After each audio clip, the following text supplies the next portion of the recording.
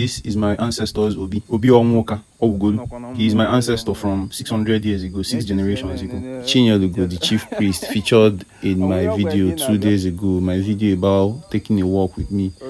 in the sun. So yeah. Na ka na-ezumezu ịma na ngwa gị na onwe ndị si ka eweta ego onwe onye nsi iwesi ka eweta ego abịakwuo tata onye ọzọ si ka etinyekwu 10,000 ka onye nke anya akwụ so 20,000 ka ọ bụ so wee si na otu esi wee waa anyị anya na ịma na ndị ọnọ ka ị nọ nya si na onye nwanne si gị weta ego nwunye nwa gị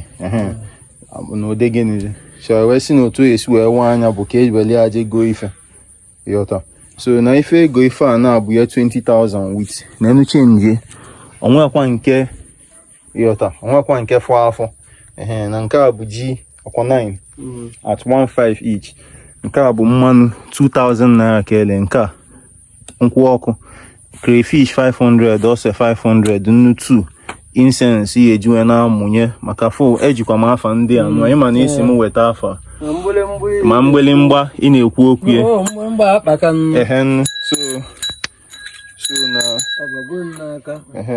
then ụtabi itinyego n'akpa no ka ya nwezie ịmazia ka ị esi wee gwa ezumezu iwe gwa ezumezu okwu n'isi ndị fụ mmụọ na asịkwa fa no old soldier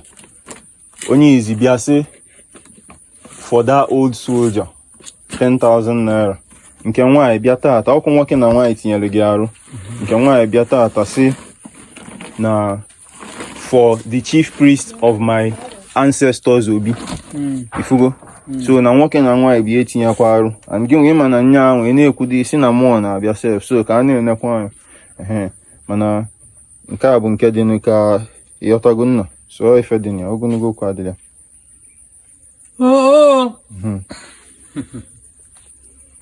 abọsị mmụọ daalụ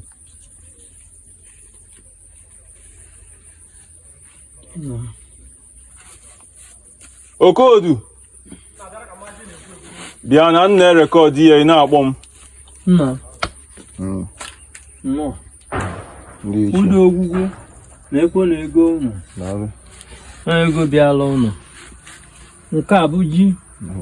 bịala ụnụ maka Chukwu nke a bụ incense ụnụ nkwụ ọkụ ụnụ nnu ụnụ nke bụ eziokwu nke a crayfish nke a crayfish nke a ose na mmanụ nakwa mgbalemgba na ya ọjị ka ha wee na-ebecha na-aga aga nke bụ ego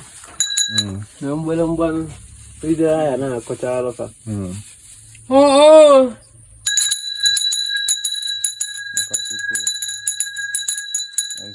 udo ogwugwu ọbanye ekene gị daalụ wee sị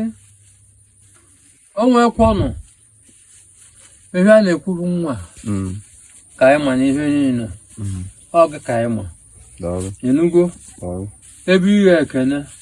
ibibezi afa enekwu ihe nkwu wee sị biko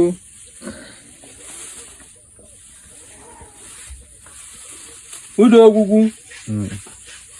ijele ịrọ na m ọjọọ ịbịa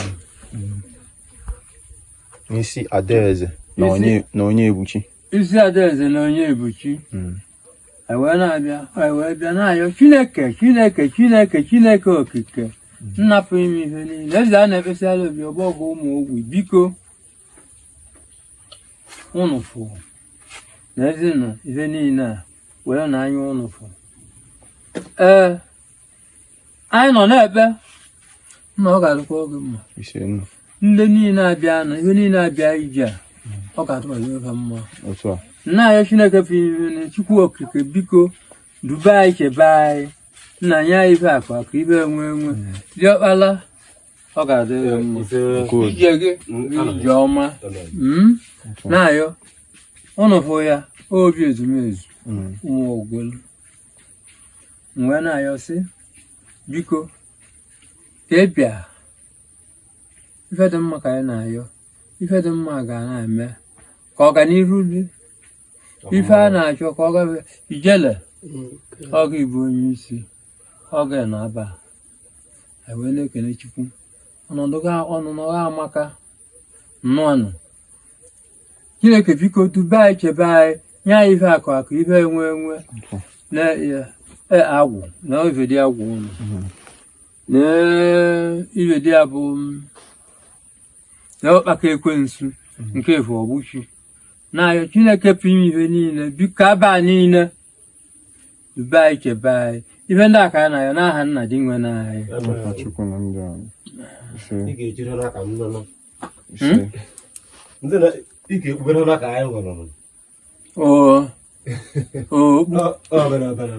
okpu naanị ya ọgbakwa ọ na ọhụma ọ bụ ọfụma mgbe na-ayọ sị ka ebe a ga-ahụ ezi ife weta akpa ka e wee ghee ọjị ya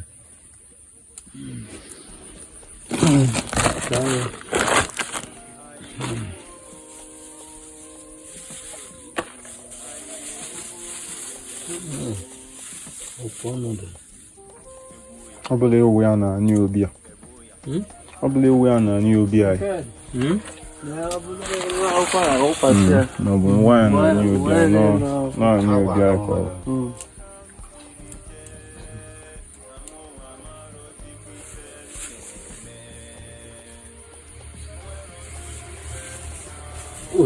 anyị awakwu ozugbo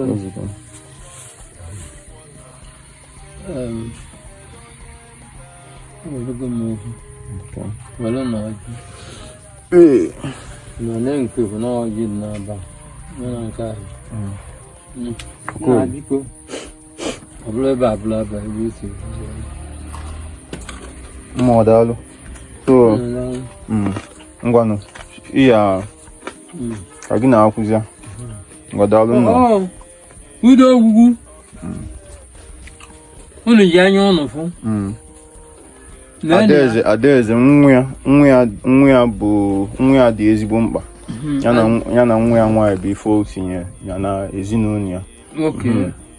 onye ebuchi afịa ka ọ na-ekwu ka afịa na-aga ọfụma ntị na-bido kịta agaba afịa a na-ekwu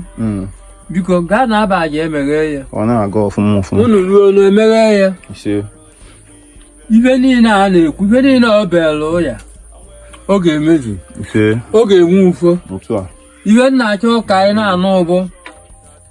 afịa ọma na-aga ife ndị a ka anyị na-ayọ n'afa ndị ichie na omenala